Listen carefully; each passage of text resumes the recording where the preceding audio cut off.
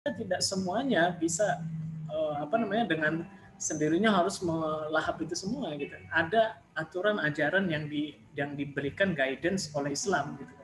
Sehingga inilah yang jadi penting buat kita nanti. Dan ini sudah dijalankan oleh baginda Nabi gitu.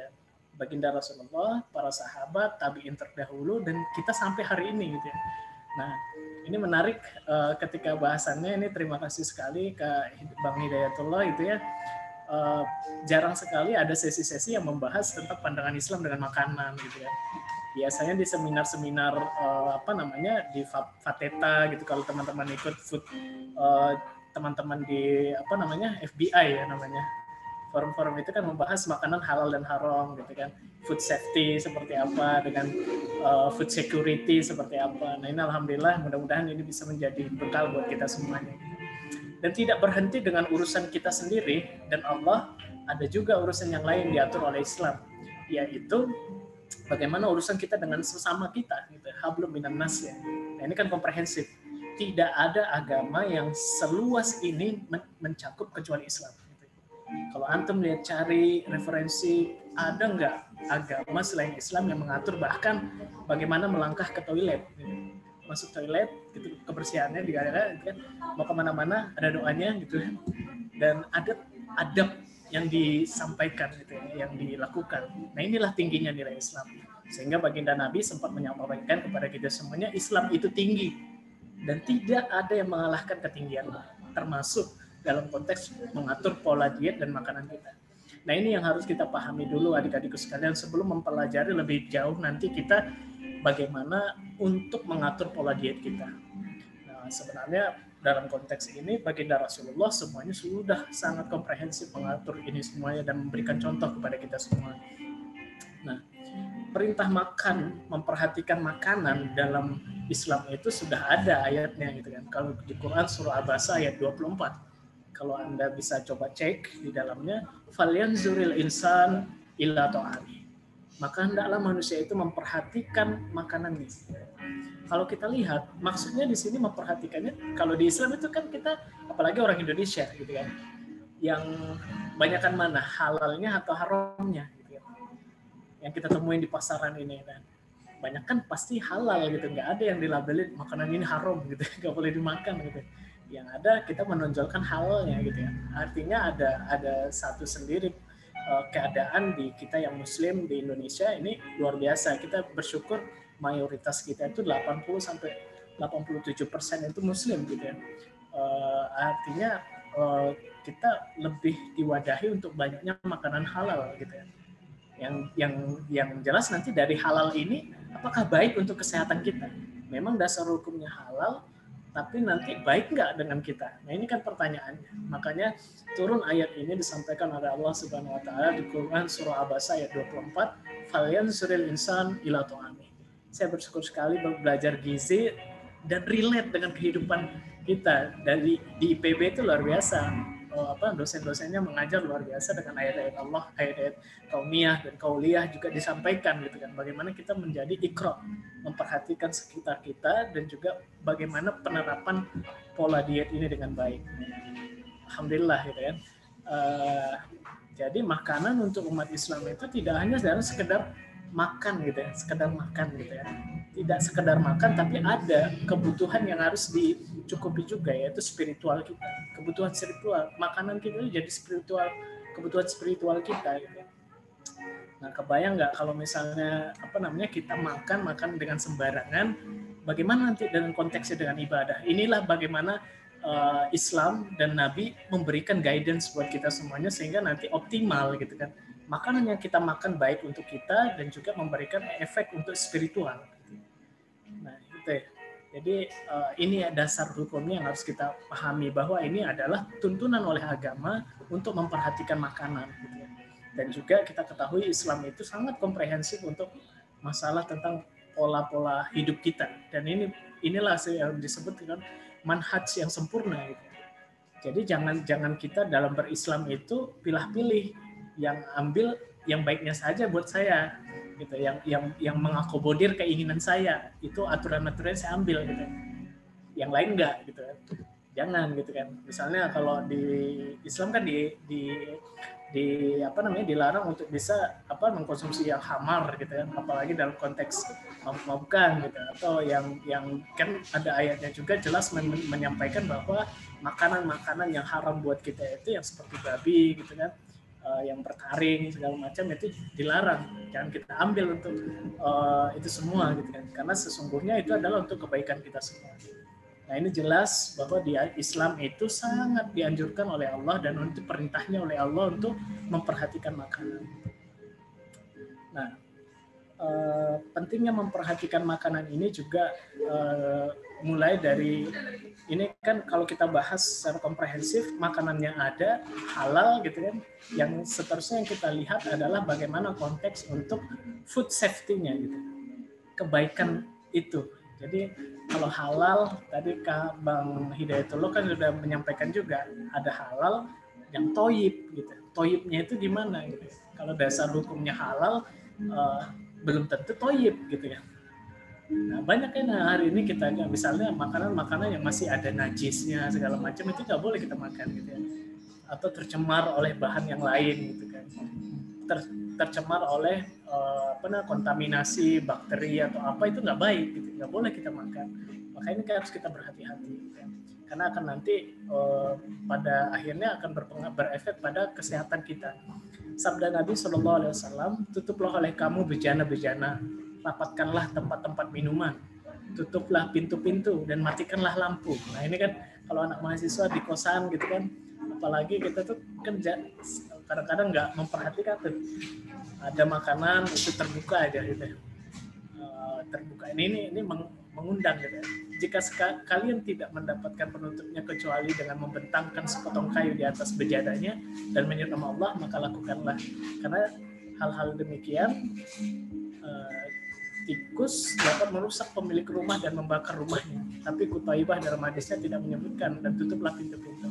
Artinya apa? Bahwa Islam sejak lama hadir sebagai agama yang utuh gitu ya, memperhatikan bagaimana kita memperlakukan makanan itu, dari cara memperolehnya, memprosesnya, sampai kita olah dalam tubuh kita makan dan kita olah dalam tubuh kita. Ini menjadi hal yang tersendiri dalam Islam. Memperhatikan makanan ini kita lihat pasti juga proses pemilihan makanan, pengaturannya gitu kan, meliputi cara-cara untuk usaha untuk mendapatkannya gitu.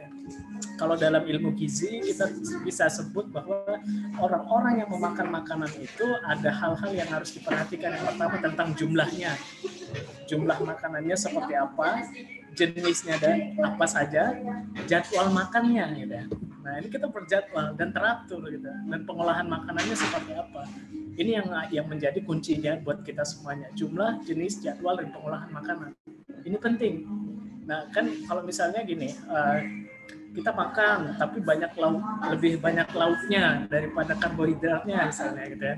Dan protein lebih banyak dibandingkan karbohidratnya gitu. Dan pengolahan makanannya itu ya sembarang aja gitu kan, setengah matang gitu kan, telur setengah matang, baik apa enggak gitu kan. Nah, yang seperti ini nanti akan dilihat nanti bagaimana kita akhirnya makanan inilah yang akan berpengaruh kepada perilaku kita, akhlak kita, bahkan kata Nabi seperti itu.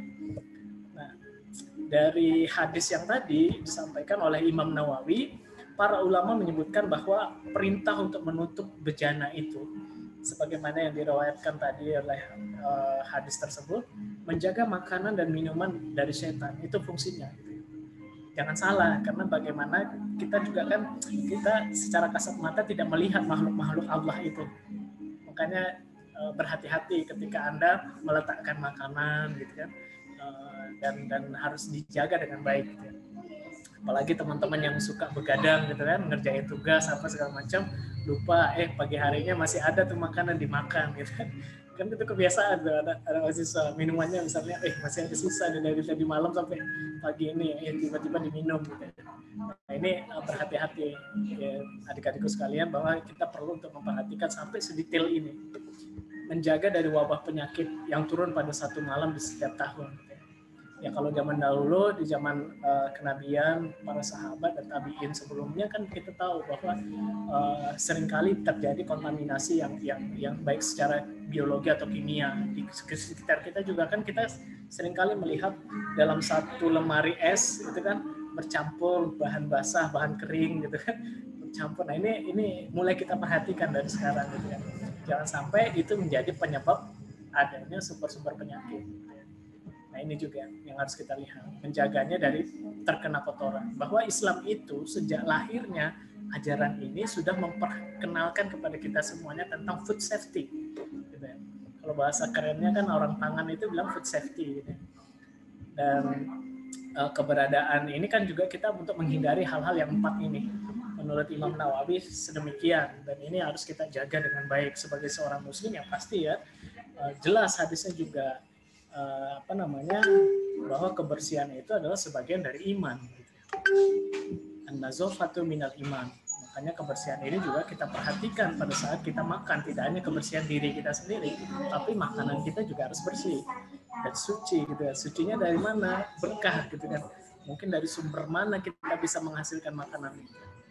Nah ini memang saya sengaja setting Hidayatullah ini untuk memperlihatkan dulu pandangan Islamnya gimana untuk makanan gitu.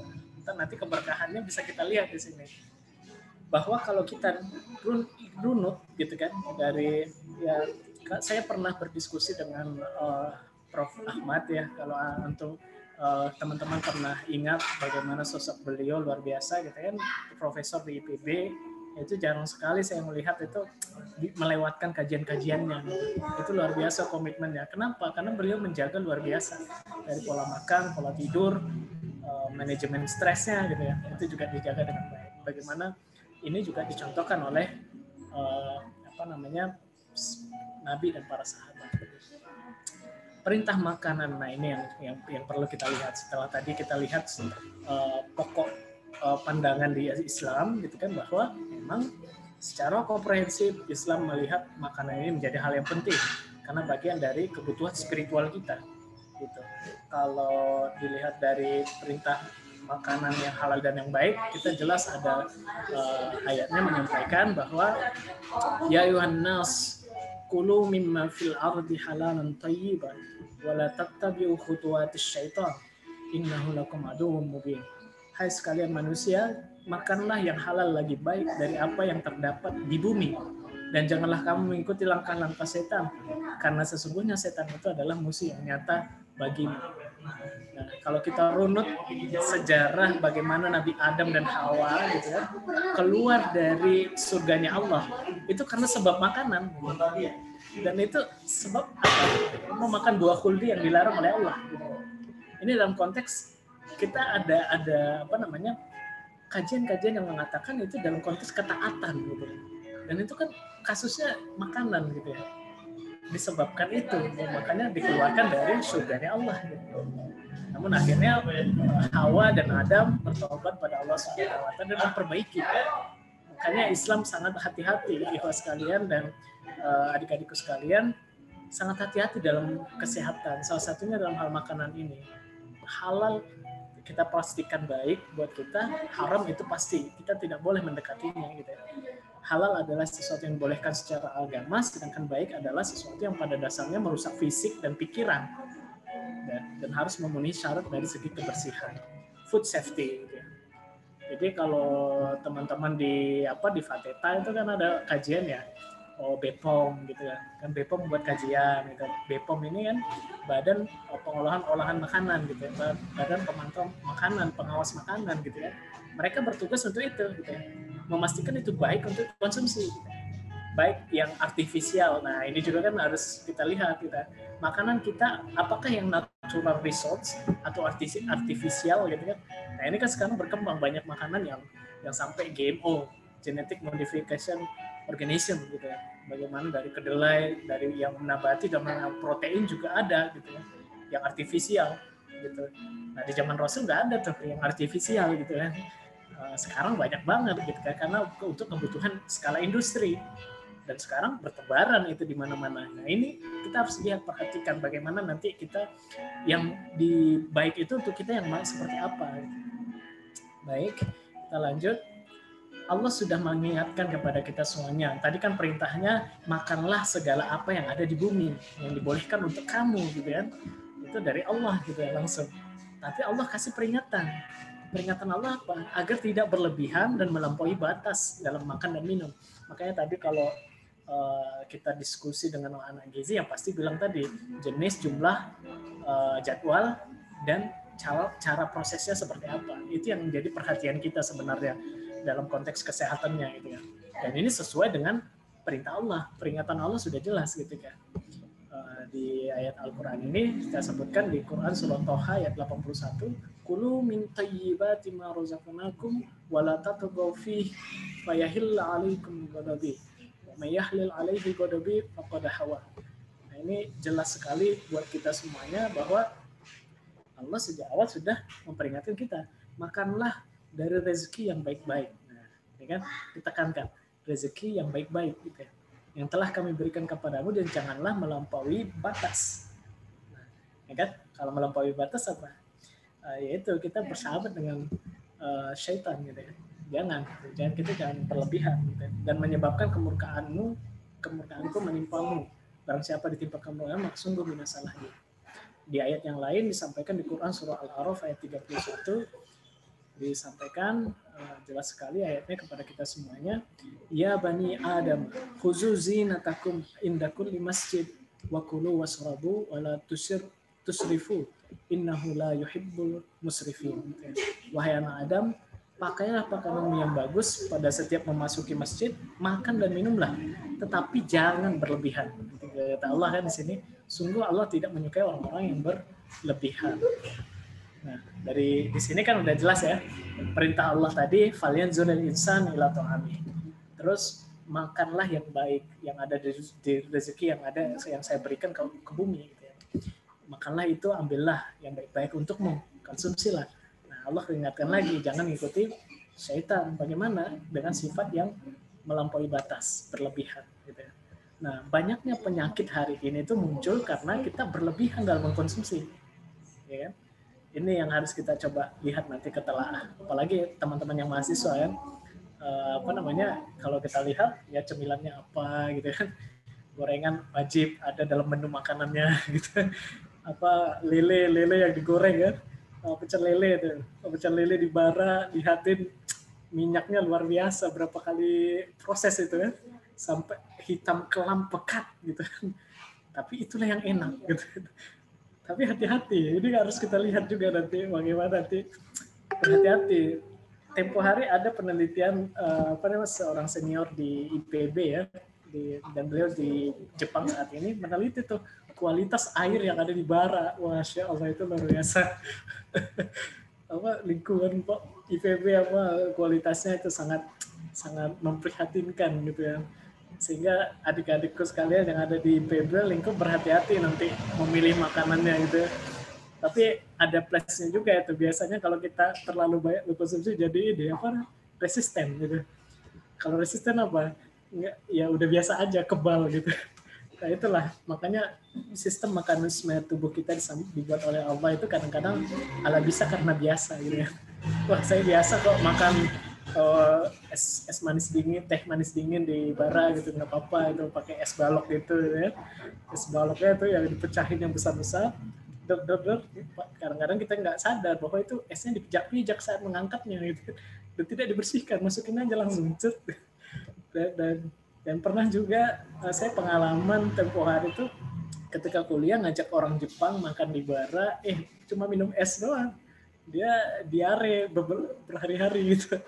Wah, itu luar biasa. Jadi kita benar-benar harus melihat ini dengan baik ya.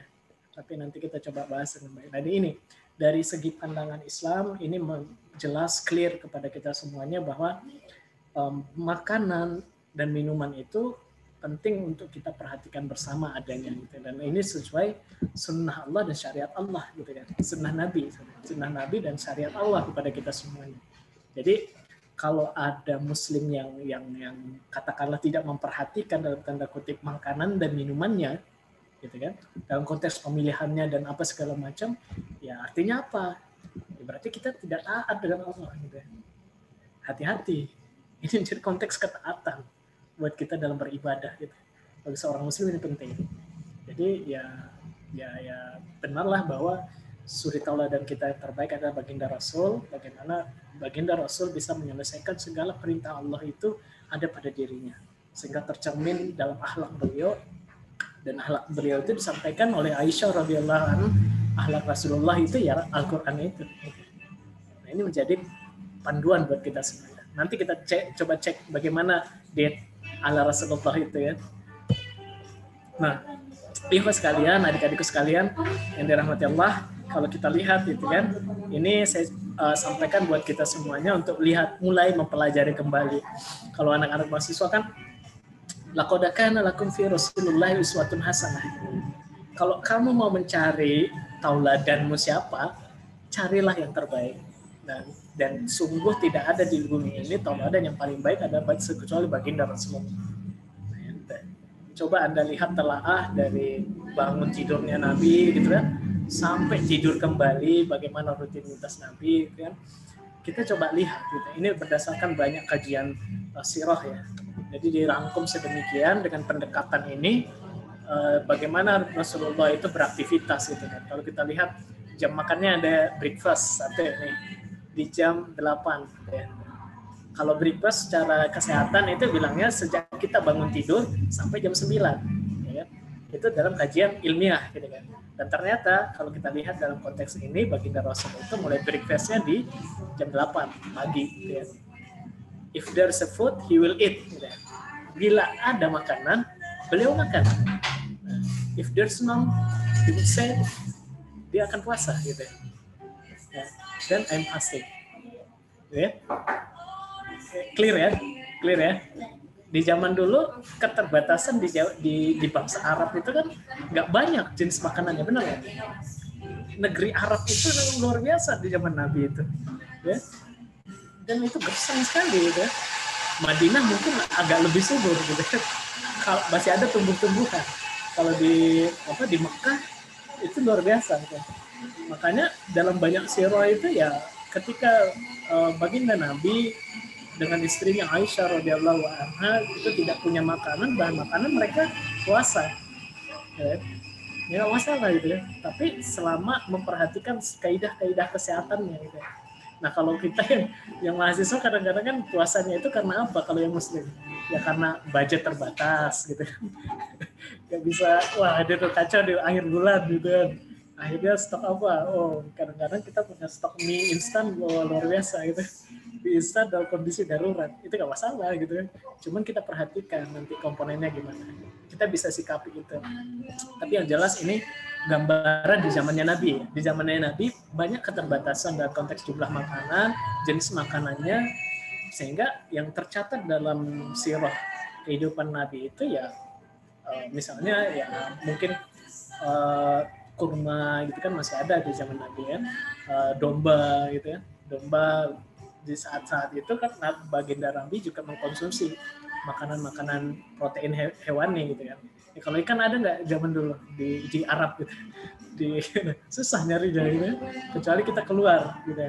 Makanya kondisi-kondisi dalam banyak sirah itu konsumsi Nabi apa susu gitu ya, susu, minyak zaitun, gitu ya, habatus sauda, gitu. Banyak itu sekarang kita lihat ya, suplemen-suplemen yang dikonsumsi oleh Nabi. Nah, ini kalau kita runut, ya sekalian ada beberapa waktu makan. Pertama breakfast, Nabi di jam 8. Jam 11-nya Nabi ada lunch, makan siang ya, menjelang zuhur. Gitu. Nah, di sini nanti kan ada tidur, qailullah, ada dianjurkan ya, qailullah menjelang zuhur, nap time di sini. Di teks nap time anti puas di zuhur. Setelah zuhur, beliau ke asar ya kan. Tidak ini aktivitasnya luar biasa rutinitas beliau. Ya. Jadi ada berapa waktu makan, breakfast, lunch, dan dinner, 3 waktu makan, gitu ya. Di zaman Nabi melakukan itu 3 kali makan. Gitu ya. Di jam berapa saja ada di sini detail. Anda bisa cek nanti. Dan adik-adikku sekalian, saya coba ketika dapat literatur ini coba untuk diri saya sendiri, insya Allah itu ya. Itu efeknya luar biasa. Anda bisa produktif dan luar biasa ketika menjalankan bagaimana the daily routine of Muhammad SAW. Ya, contohnya sudah ada, gitu. Tinggal Anda yang mau menerapkan atau tidak. Gitu. Ya. Ini untuk demi kesehatan Anda. Nah, karena gimana hasil banyak riset dan penelitian menilai kehidupan baginda Rasulullah SAW, beliau jarang sekali sakit. Gitu. Pola hidupnya luar biasa sehat, gitu. Dan pola makannya itu teratur. Istirahatnya apalagi, berolahraga apalagi. Gitu. Nah, kalau kita coba dicek sendiri dan tanya diri Anda sendiri, apakah sudah sampai sedetail itu sebagai seorang Muslim? Nah, ini harus introspeksi buat kita sendiri. Anda sendiri yang jawab. Gitu. Berapa kali Anda berolahraga? Apakah jam makan Anda teratur? Gitu.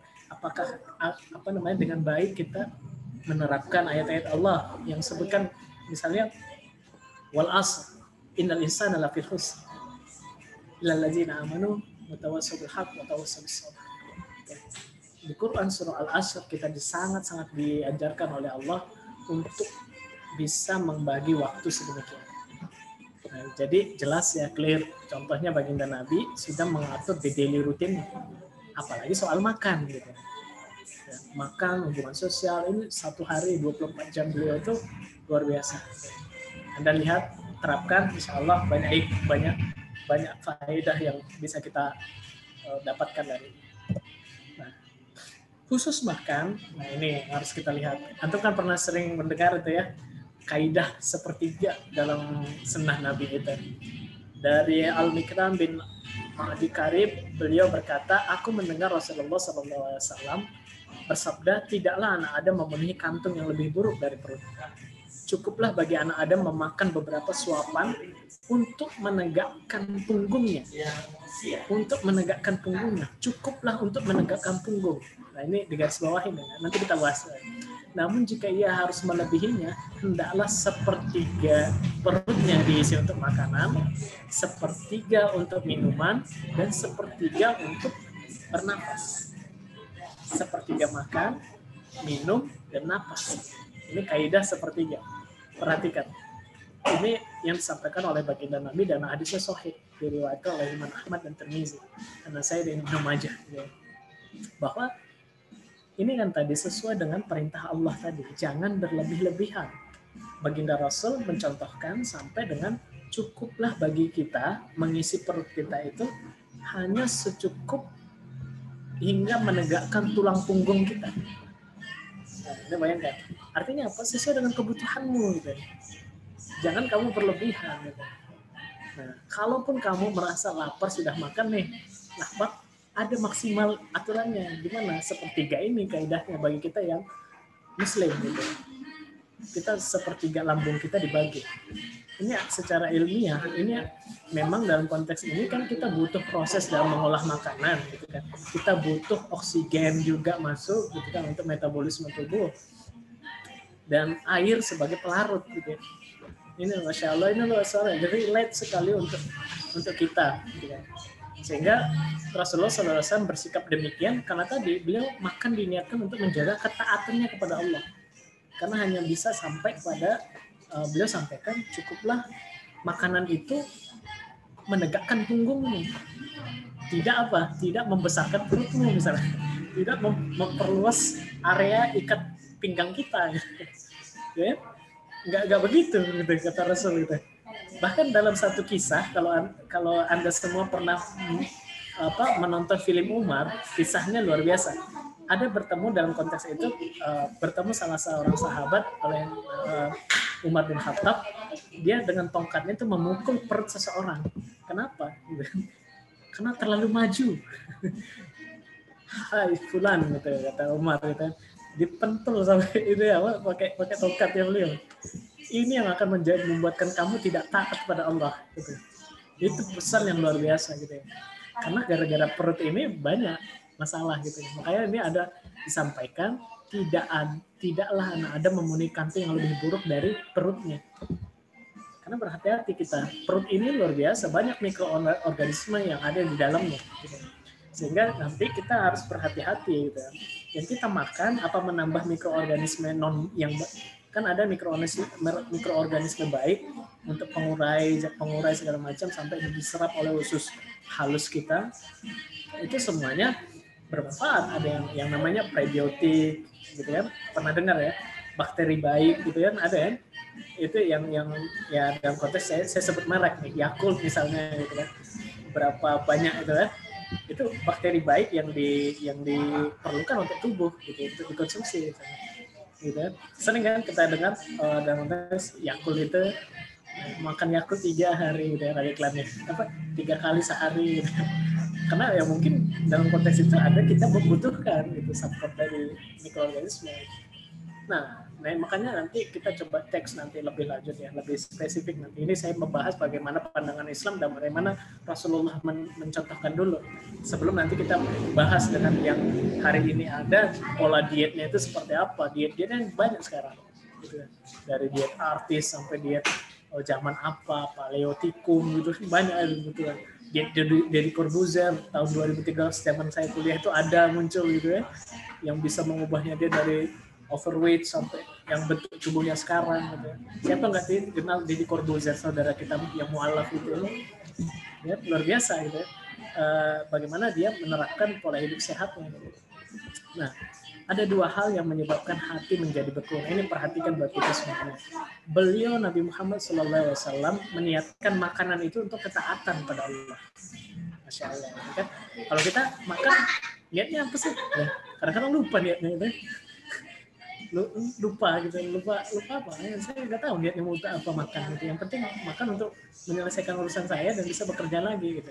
Karena kita nauzubillah min dzalik gitu. Bahwa sesungguhnya adab makan itu juga sudah dicontohkan oleh baginda Nabi gitu. Bagaimana kita inilah menjadi tuntunan hidup kita. Ada 2 hal, Al-Fudail bin Iyad mengatakan ada 2 hal yang menyebabkan hati menjadi beku dan keras. Banyak berbicara dan banyak makan. Hati-hati. Kita jangan banyak bicara dan banyak makan. Nah, satu lagi, kalau masih sama, jangan banyak tidur. Gitu. Ayatnya itu jelas, gitu kan. Jangan banyak tidur itu apa? Jauhilah perutmu dari tempat tidurmu. Kalau perut udah dekat dengan tempat tidur, wah itu susah gitu kacanya. Bawa wajah perang itu aja susah gitu. Ya. Tahajud malam-malam gitu kan, teman-teman di IZI kan ada program tuh tahajud kan, ada amalan yaumiyah gitu kan. Hati-hati, dari sekarang itu kita harus coba. Kalau kita masih sulit gitu kan, ya nggak apa-apa, ini proses namanya. Kita dibina di IZI, itu proses gitu. Kalau kita dari awalnya merasa masih jahiliyah gitu kan, ya itu proses gitu, nggak apa-apa. Itu tiap-tiap orang punya prosesnya masing-masing. Kita bertahap. Yang kita inginkan adalah bagaimana ketaatan kita bertambah pada Allah atas waktu-waktu pembinaan kita. Seperti hari ini misalnya ya, kita manfaatkan, kita hadirkan pikiran kita untuk segera ada mindset untuk merubah pola hidup kita.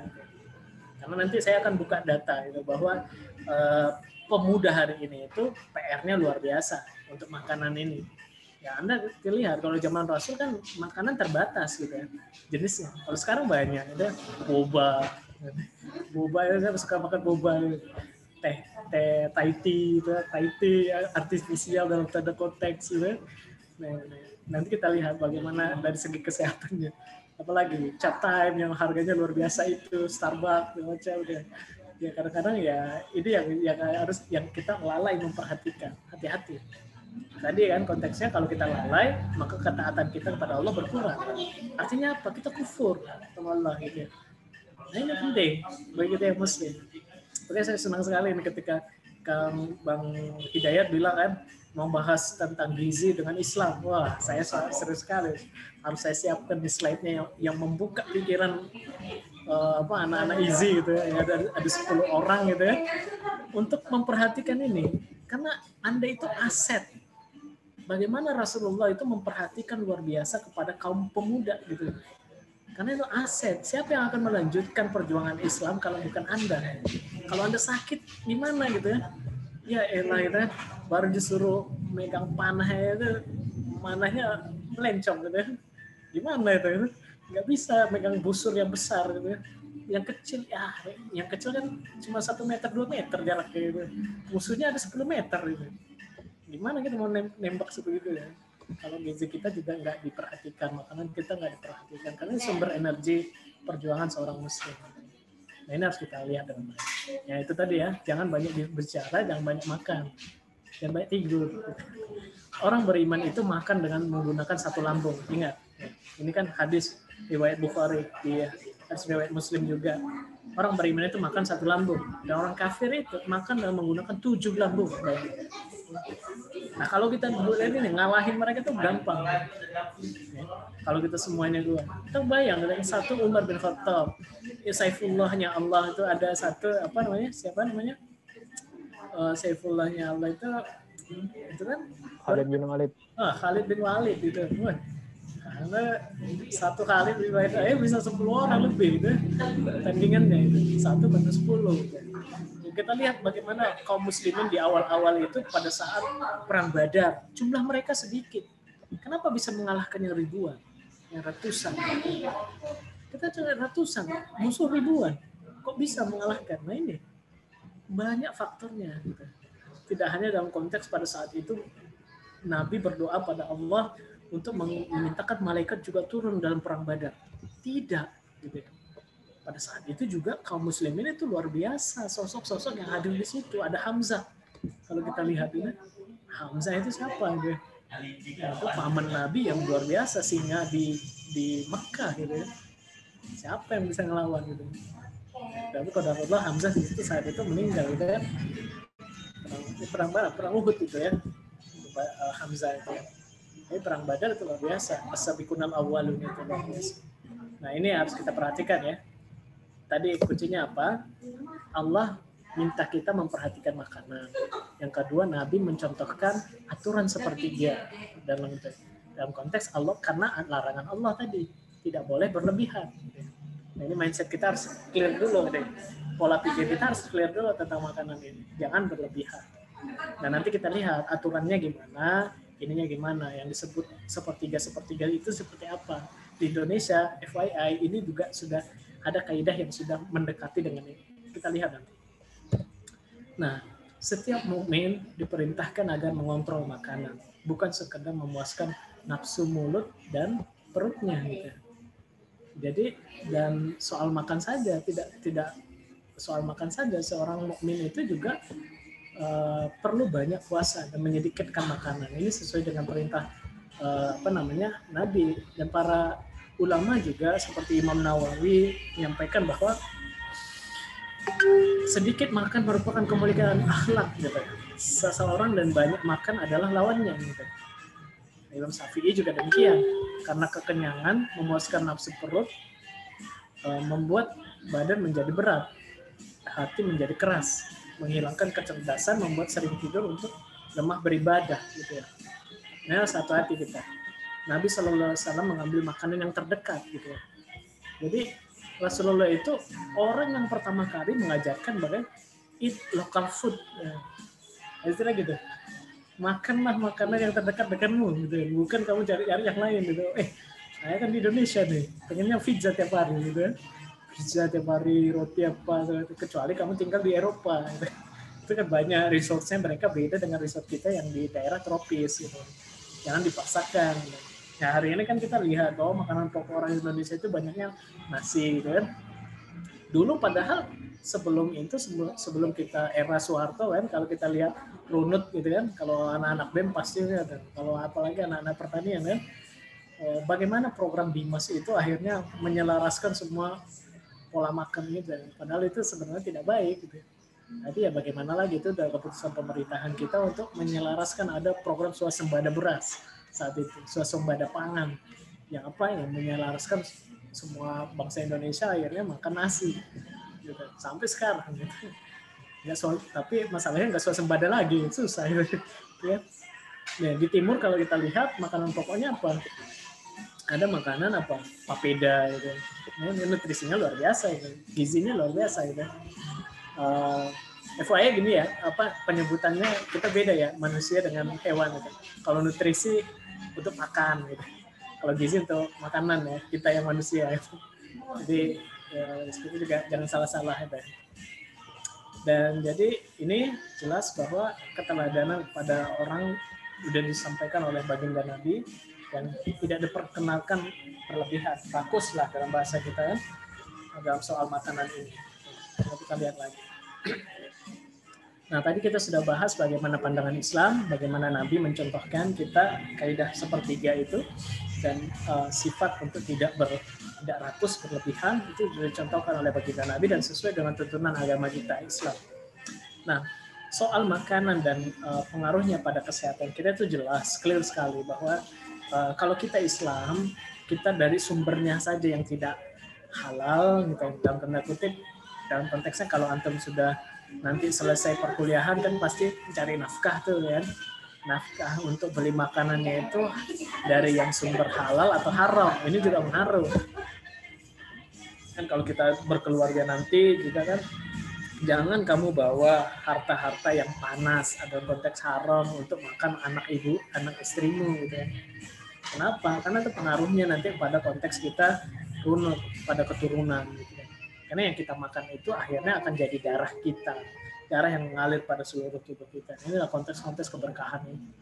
Luar biasa, saripati itu luar biasa.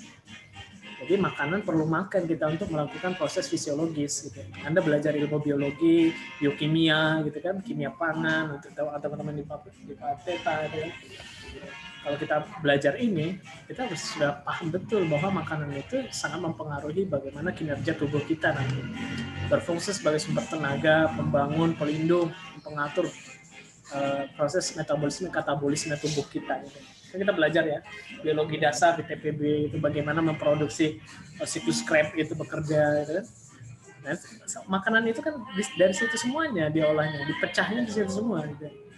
Untuk dapatkan energi kita untuk membuat keperluan sel-sel tubuh kita itu dari makanan itu.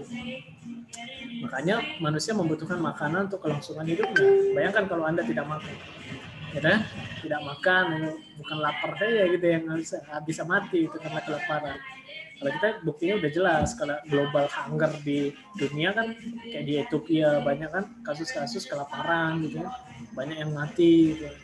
Nah, kita di Indonesia ya bersyukurnya ya katanya gitu kan negeri gemah ripah loh jinawi gitu kan.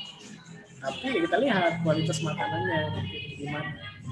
Pertumbuhan perkembangan fisik kita butuh fat, lemak, fiber, karbohidrat, protein gitu kan, dan zat mikronutrien lain. Gitu. Jadi kalau di gizi itu ada yang disebutkan makronutrien. Makronutrien itu apa? Karbohidrat, protein, lemak, air dalam jumlah besar kita butuh gitu ya. Makronutrien. Ada mikronutrien yang tidak bisa kita dapatkan dalam tubuh kita gitu ya. Kalau dalam tubuh kita masih ada lemak, masih ada protein otot gitu ya, misalnya kita masih dapatkan dalam tubuh kita. Itu yang disebut esensial. Ada yang non esensial, vitamin dan mineral ini kita nggak bisa produksi dalam tubuh gitu ya. Sehingga diet yang kita butuhkan ya balancing itu antara diet hewani dan nabati gitu. Makanya saya seringkali ngasih advice gizi itu ya, Allah dalam konteks kita yang Islam itu kan menganjurkan makan keduanya gitu, tidak makan satunya saja, tapi dengan batasan tertentu, tidak boleh berlebihan. Itu kan clue dari Allah gitu. Tinggal kita bagaimana mengartikan ini. Ilmu gizi itu dipelajari luar biasa dari mekanisme ini. Nah, pola diet salah atau buruk sama dengan faktor malgizi, masalah penyakit gitu, akan timbul. Dan pola gizi seimbang, ya inilah yang dicontohkan oleh baginda Nabi. Kaidah sepertiga itu nanti saya akan kasih cek riwayatnya seperti apa. Terjaganya derajat kesehatan. Nah, dari Kementerian Kesehatan itu melihatkan hati-hati dengan faktor perilaku. Faktor perilaku akan mempengaruhi 30% derajat kesehatan kita. Perilaku kita itu kan perilaku makan kita ini ya. Kadang-kadang kalau kita yang mahasiswa kan ya kadang-kadang skip makan siang, lanjut ke skip sarapan langsung ke makan siang. Ada istilah brunch kan. Benar nggak? Brunch, breakfast and lunch gitu. Dalam satu waktu besar jumlah itu gitu. Udah tuh dalam konteks ya kita harus memperhatikan saat itu juga kebutuhan tubuh kita ya.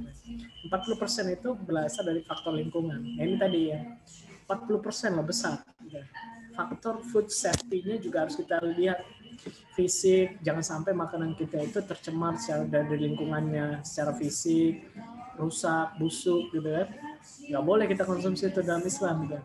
Dan memang secara ilmiah 40% kalau makanan itu ada cemaran fisik, kimia, biologi, itu kan akan tidak baik untuk kesehatan kita, akan mempengaruhi derajat sehat kita. Nah, kalau faktor genetik itu kecil, 10%-an lah gitu ya. Kalau ini berdasarkan teori H.L. Bloom gitu ya, bahwa derajat kesehatan itu hanya 10% faktor genetik gitu. Jadi jangan salahkan Bapak Ibu Anda kalau Anda sakit terus gitu. Bukan gitu. Tapi salah Anda sendiri sebenarnya. Satu tadi faktor perilaku, faktor lingkungan. Makanya carilah teman-teman yang sehat gitu ya. Kan ada sekarang itu orang-orang yang pada fitness, carilah lingkungan-lingkungan yang begitu, kayak yang lari, yang jogging gitu kan. Carilah lingkungan-lingkungan yang gitu, akan mempengaruhi kesehatan Anda. Faktor pelayanan kesehatan kan ini hanya 20%. Artinya apa? Paling besar ada faktor perilaku dan faktor lingkungan, 70% sumbangsinya. Jadi Anda memperhatikan siapa teman Anda, bagaimana mereka makan gitu. Orang-orang soleh itu kalau mereka tahu aturannya, akan menjaga, bahkan menasehati teman-temannya gitu. Makanya kalau Anda punya teman gizi, carilah teman-teman gizi yang muslim. Lihat cara makannya. Ya, ada nggak temannya Anda yang gizi, cari muslim, makanannya benar apa enggak? Kalau enggak, ada balik nampar dia, kamu udah belajar ilmunya kok enggak nerapin sih, gitu ya. Jadi watawasau bil haq, watawasau bis sabr. Ini tugasnya kita. Nah, ini faktanya gizi menyumbang 11% penyakit. Makanya penting makanan ini. Kalau Anda itu sampai kemiskinan, gangguan jangka panjang itu, gangguan stunting saat ini kalau Anda pernah dengar gitu ya. Ini berpengaruh. Nah, ini yang paling menyedihkan ya ini, Anda kalau sehat kan ya luar biasa di masyarakat itu gitu. Kalau kita sakit aja biayanya besar sekali itu untuk penanggulangan penyakit ini gitu. Apalagi yang berdasarkan preferensi makanan kita, pola hidup yang tidak sehat gitu. Nah, ini warning buat kita yang mahasiswa ya, khususnya konsumsi sayur dan buah. Coba ditanyakan nanti Bang Hidayatullah itu ya, adik-adik ini mana makanan buah dan sayurnya gimana selama kuliah gitu. Kan padahal buah di bara itu kan bisa dapat tuh 2.000, 3.000 bisa sebiji gitu ya. Daripada boba-boba yang dibeli, mending konsumsi buah itu. Tapi perhatikan juga gitu kan, kalau beli jus gitu kan jangan banyakkan gulanya dibanding buahnya. Gulanya lebih banyak gitu. Itu perhatikan juga. Ini jelas ya teman-teman sekalian bahwa faktor makanan itu akan berpengaruh jelas signifikan untuk penyakit gitu. Dari jantung, diabetes, itu kan penyakit-penyakit degeneratif, bukan turunan gitu. Banyaknya faktornya karena faktor kebiasaan makan, pola hidup kita, dan lifestyle kita. Jadi anak-anak teman-teman yang sering-sering begadang, kurangilah begadangnya. Apa sih yang dikejar gitu ya? Eksistensi duniawi gitu ya, eksistensi organisasi gitu ya. Kalau nggak ada Anda nggak jalan organisasinya gitu. Nah, ini harus dengan baik kita memperhatikan urusan kita soal ini. Nah, ini jelas bahwa faktor risiko penyakit paling tinggi itu adalah dietary risk gitu ya, 18,7%. Ya. Dan pola diet yang buruk menduduki ranking pertama keseluruhan faktor risiko penyakit gitu. Ya, makanya makanan ini jadi penting. Makanya Islam memperhatikan luar biasa aturan-aturan makan kita. Nah, faktanya lagi bahwa tren penyakit tidak menular degeneratif itu sudah mulai menyerang di angka usia 10-14 tahun. FYI, kita orang Indonesia punya harapan hidup, kemarin saya lihat cek datanya bisa sampai 73 tahun. Nah, tinggal Anda kurangin dengan umur kita sekarang. Ada yang 20 tahun misalnya, sisa umur Anda segitu, harapan hidupnya. Kalau sampai 73 itu luar biasa. Ya. Tapi sekarang rata-rata berapa? Lihat aja sekitar Anda. Anda kan di daerah sekarang, lihat aja tiap hari ada kabar-kabar duka. Ya. Ada ya. Umurnya perhatikan. Umurnya ada yang 40 tahun, 30 tahun gitu ya. Itu luar biasa. Kita harus banyak introspeksi ya. Sebagai seorang muslim, ya kita harus, apalagi Anda yang generasi muda ya. Ancaman ini akan berdampak besar bagi SDM perekonomian Indonesia ke depan. Kenapa? Karena tren PT Museum Muda naik gitu. Sementara kita punya visi yang luar biasa di Indonesia emas pada 2045. Nah, pastikan kita itu bisa hadir di 2045 itu. Berapa tuh umurnya itu? Bisa dikurangi Bang Hidayatullah. Kan kita harus memperpanjang umur kita tuh dengan cara memperhatikan makanan. Kalau enggak, gitu, penyakit luar biasa datang. Gitu ya. Jadi clear ya konsepnya bahwa Islam itu sejalan anjurannya untuk menjaga kesehatan kita itu perhatiannya luar biasa. Nah, ini kalau menarik saya coba cari riset mahasiswa kan.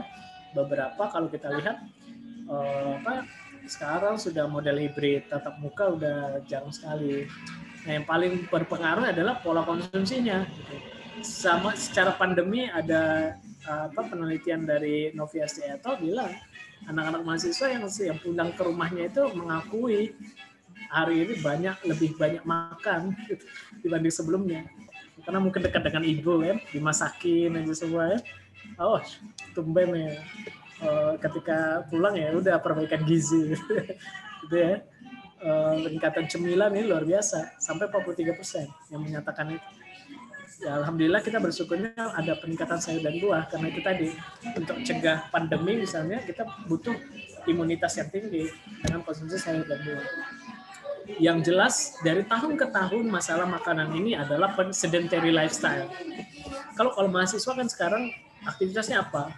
Nggak ada kan aktivitas organisasi yang sifatnya ketemu langsung lagi.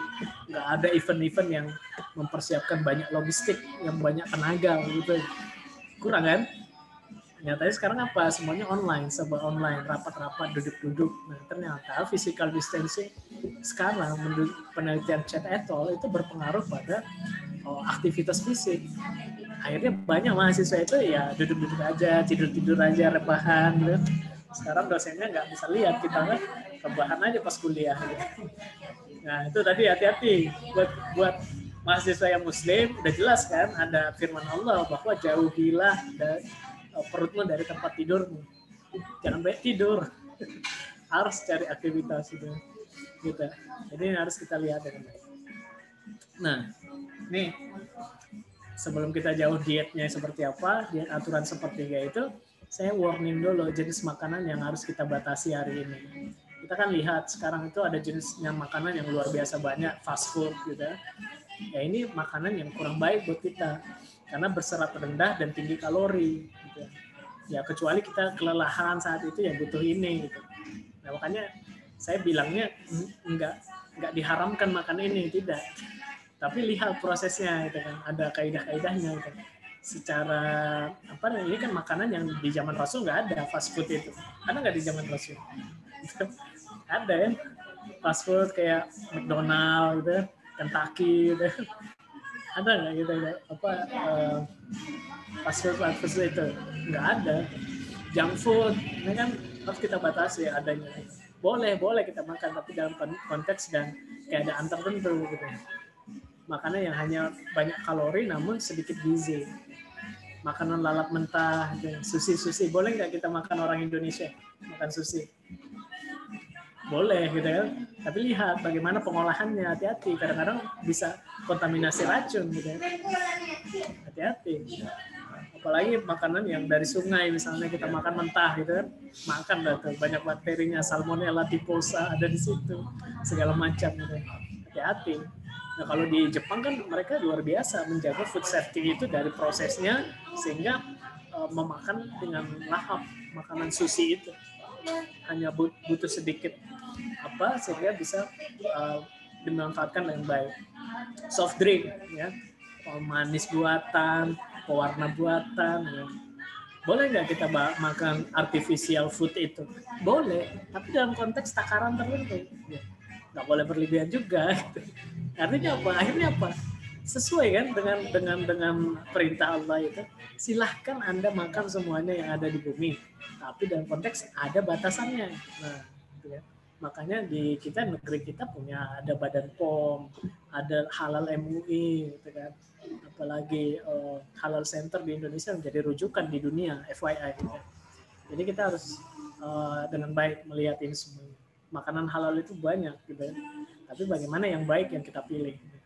Nah, ini 4 jenis makanan ini menjadi perhatian Anda. Ini kan kesukaan anak mahasiswa nih ya. Nongkrong kemana ya masuk, kita ke KFC aja ya, KFC gitu ya. Kalau nggak bisa McDonald gitu ya. Makanan yang di situ udah makan burgernya gitu kan, terus makan lagi kolanya gitu ya, minum lagi kolanya yang banyak itu, luar biasa. Nah, ini harus kita perhatikan adik-adik sekalian. Nah, ini kita sudah masuk ke bagaimana penerapan gizi seimbang ini ya. Jadi perintah Nabi itu sebenarnya sudah diwujudkan oleh Kementerian Kesehatan kita. Kita bersyukur ya. Pola sepertiga itu bisa diperhatikan ini, itu dari Kemenkes sudah ada panduan namanya pedoman gizi seimbang. Anda bisa search nanti, karena ini kita terbatas waktu tidak sempat membahas lebih detail. Ini nanti gini, aturannya sepertiga kan, sepertiga makanan pokok dari ukuran piring Anda, sepertiga sayuran, dan sepertiga lauk pauk dan buah-buahan. Ya, aturan seperti itu berlaku di sini. Gitu ya. Jadi dalam konteks ini kalau Anda ke warteg, lihat dulu dan wah bagi siap-siap bagi bang sepertiga ya nasinya gitu ya, 2,5 gitu. Maksudnya sepertiga piring gitu ya, 2 centong kira-kira gitu ya, tidak lebih gitu ya. Sayurnya banyak gitu.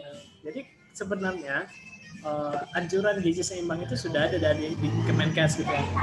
Ada 4 pilar yang harus kita perhatikan. Yang pertama, makan beraneka ragam.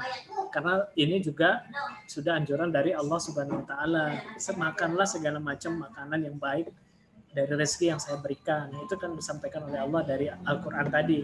Maka makan beragam. Ini sesuai dengan kaidah ilmiahnya kalau soal kesehatannya. Terus 2, pola hidup bersih dan sehat, food safety tadi, dan PHBS kalau kita pola hidup bersih dan sehat.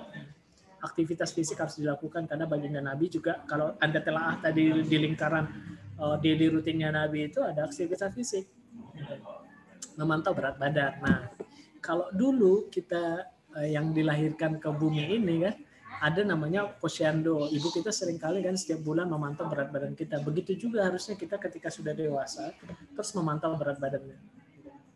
Nah ini, jadi kalau saya sih mengingat pedoman gizi seimbang ini yang saya terapkan ini, apalagi kita yang Muslim ya. Intinya sebenarnya kita dalam konteks gizi seimbang ini membalanskan antara energi masuk ke tubuh, makanan yang masuk ke tubuh sama dengan kalori makanan yang masuk ke tubuh sama dengan kalori makanan yang keluar gitu. Artinya nanti kita ada balancing antara diet yang kita konsumsi dengan pembakaran kalori yang kita keluarkan. Artinya aktivitas fisiknya. Jadi kalau saya tuh kasih tipsnya, ingat AB3H. Aman, beragam, bergizi, berimbang, halal. Itu aja aturannya. Nggak ada diet yang apa, yang ngeri-ngeri itu, diet artis itu kan. Anda diet apa sekarang? Diet keto gitu kan, diet apa, aduh itu sayang sekali. Nikmat Allah itu banyak, harus kita nikmati gitu kan, jangan kita batasi. Batasinya dalam konteks ini aja, jangan sampai aturan sepertiga itu kelewat gitu. Nah ini kan udah ada nih panduannya dari Kemenkes gitu ya. Lihat. Coba kita lihat satu persatu. Nah ini tadi yang saya bilang, kita hanya butuh balancing ini, sehingga nanti sama-sama kita dengan baik bisa mendapatkan tubuh postur ideal itu. Kan para sahabat itu luar biasa posturnya, itu tegap luar biasa, itu ngangkat bisa, aduh luar biasa deh. Dan kalau perangannya bisa ngangkat berapa banyak gitu ya. Apalagi kalau kita bahas bagaimana pembebasan Konstantinopel gitu ya, bawa apa perahu itu diangkat ke gunung gitu, ke gunung sampai turun gitu, itu luar biasa, butuh energi yang luar biasa. Itu semuanya kalau nggak ada persiapan fisik dan spiritual, apalagi makanan dijaga dengan baik, nggak mungkin terjadi gitu. Nggak hanya dalam konteks ada tenaga Allah itu yang apa, ada pasukan-pasukan Allah, enggak, tapi ada ikhtiar dari setiap pribadi mukmin itu gitu.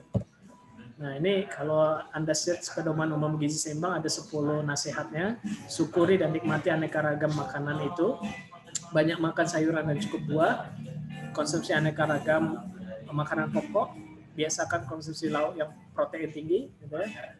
batasi konsumsi pangan yang manis, asin, berlemak. Nah ini ada di mana? Ada di fast food itu, ada di junk food itu, ada di minum. Jadi perintahnya bukan haram gitu ya, tapi itu dibatasi. Gitu. Kalau sepekan Anda sekali ya nggak apa-apa, gitu kan? Nggak boleh keseringan aja, gitu. Nggak, lagian budget kita kan terbatas sebagai seorang mahasiswa, benar ya? Gitu kan? Ya, jadi biasakan sarapan, jangan sampai Anda terlewat waktu makannya gitu ya. Kalau Anda memang memungkinkan untuk berpuasa itu jauh lebih baik. Biasakan minum air putih 8 gelas per hari. Membaca label makanan, ada label halal dan BPOM-nya enggak, itu pasti udah baik tuh kalau udah ada label BPOM gitu kan, Hazard Analytical Critical Control Point, HACCP. Ya. Kalau ada itunya berarti sudah baik tuh, toyib. Ya. Tinggal nyari halal nggak, nah, gitu kan? Kalau kita yang Muslim. Gitu. Jangan sampai nih, apalagi teman-teman yang sering ikut kompetisi luar negeri ya, kirain itu kan asal makannya ya ternyata ada kandungan pork. Gitu.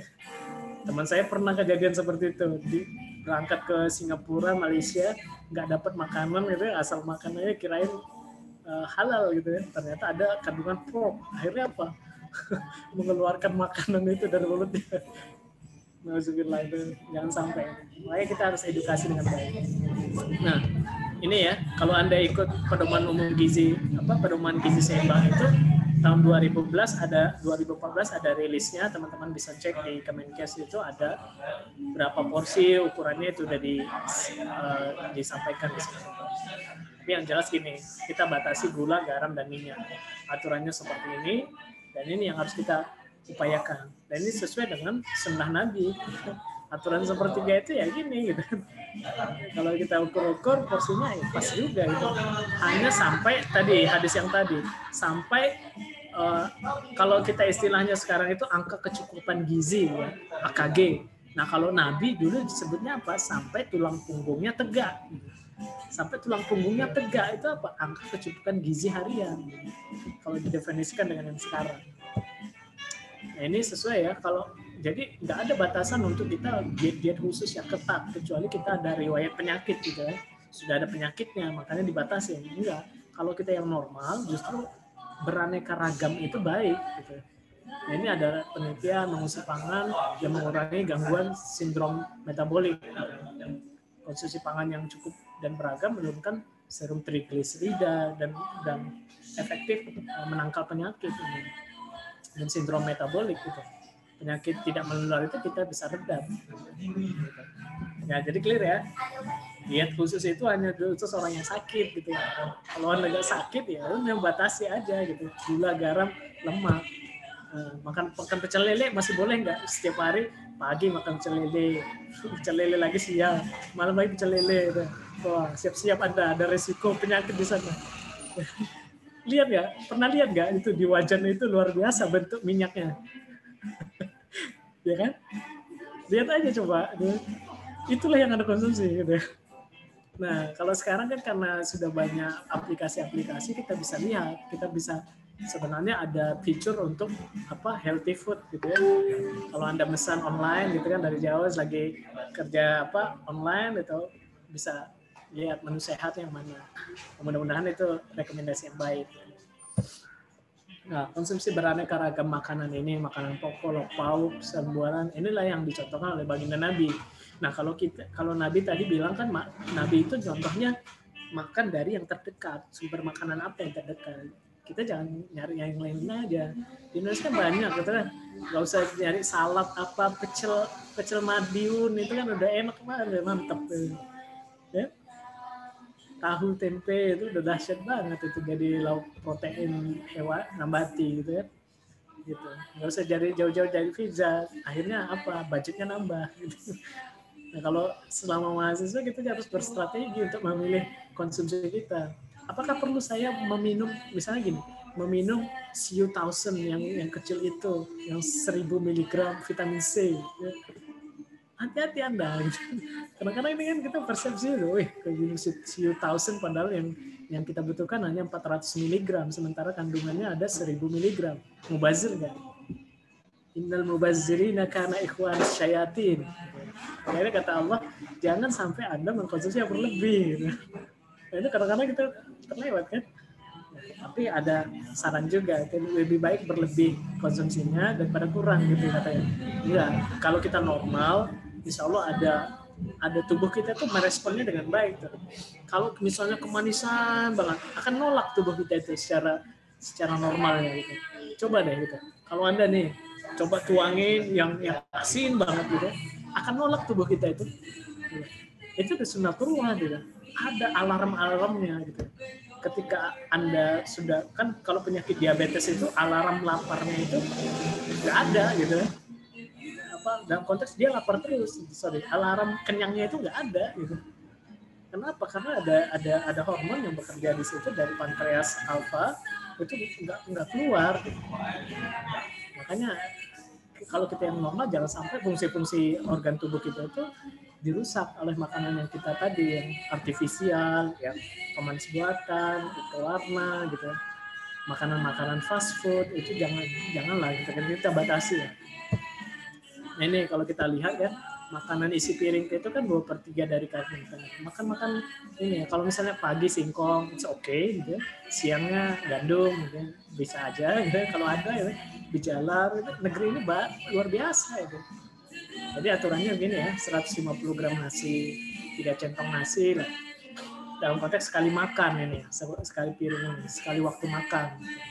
Kalau ada 3 kali makan, kebiasaannya begitu ya, harus 3 kali. Tapi disesuaikan dengan kebutuhan kalori kita harian kita. Kalau rata orang Indonesia itu, apalagi di usia kita yang sudah dewasa itu 2.100 kilokalori.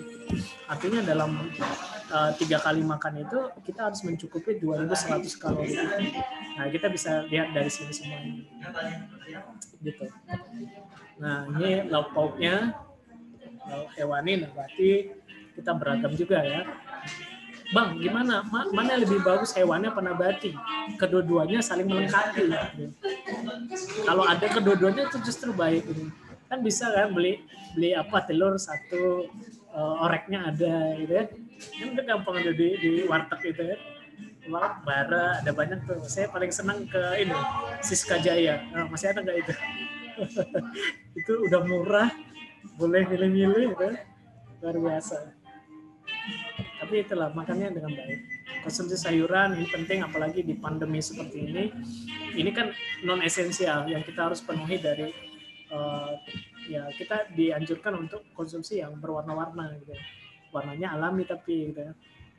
Sayur dan buah, sayuran hijau gitu ya. Buah yang merah, purple gitu kan, berwarna-warna. Inilah hikmah dari betapa Allah luar biasa cintanya buat kita semuanya. Nah ini akan menurunkan resiko obesitas sampai kalau kita sesuai dengan anjuran tadi, kaidah sepertiga itu. Ini kan kalau makanan lokal kita luar biasa, nggak usah nyari yang susah-susah gitu ya. Jambu biji ada gitu kan, dukun itu memenuhi buat kita semuanya. Apalagi yang tropis kan banyak, nggak usah yang aneh-aneh gitu ya, yang mahal-mahal gitu. Ya, kalau orang mahasiswa budgetnya terbatas, jangan berharap anggur tiap hari gitu, enggak gitu, pisang gitu bisa dicari. Jadi sayuran ya, sepertiga juga aturannya gitu kan, kita bisa lihat ini semua. Ya. Nah, teman-teman nanti saya ini share untuk bisa lebih lihat. Nah yang terpenting adalah ini semua tadi yang fast food, junk food itu ya kita waspada aja gitu ya. Jangan berlebihan gitu ya. Kita perhatikan dia kan ini akan kalau umur sekarang sih nggak kerasa, ketika umur 30 40 baru tuh kerasa gitu ya. Makanya kita kalau mau produktif panjang umur semuanya bisa berdakwah, bisa belajar terus ya, ini kita perhatikan kalau gula 4 sendok per hari gitu ya. Garam 1 sendok teh gitu itu maksimal ya. Bayang nggak kalau kita sekarang? Kita kalau orang Indonesia kalau nggak ada matching-matchingnya nggak bisa makan. Oleh garamnya lemak 5 sendok makan gitu, maksimal 67 gram. Nah ini kan sebenarnya kita berlebih kalau apalagi anak apa IPB gitu susah. Apa kalau dalam rapat kita apa adanya gorengan gitu. Gorengan bara yang minyaknya luar biasa itu. tapi itu enak, gurih. Makanya yang enak-enak itu Allah batasi gitu ya, semua manusia agar tidak lalai dalam taat sama Allah gitu ya. Ini paling penting itu higien dan sanitasi. Pastikan makanan Anda itu bersih dari cemaran tadi ya, biologi, fisik, kimia. Makannya jangan setengah-setengah gitu kan. Makan yang sesuai anjuran, yang kalau manasin air 100 derajat Celcius itu yang kita perhatikan gitu ya, sampai mendidih, titik didihnya sampai gitu ya. Kalau makan makanan seperti daging 70%, titik didihnya mendidihnya 70% itu udah bisa mematikan bakteri gitu kan, 70 derajat Celcius gitu kan, temperaturnya itu kita perhatikan dengan baik. Jangan sampai kita kayak telur gitu kan, ada tuh teman-teman mahasiswa terus setengah mateng gitu kan, itu tinggi salmonellanya.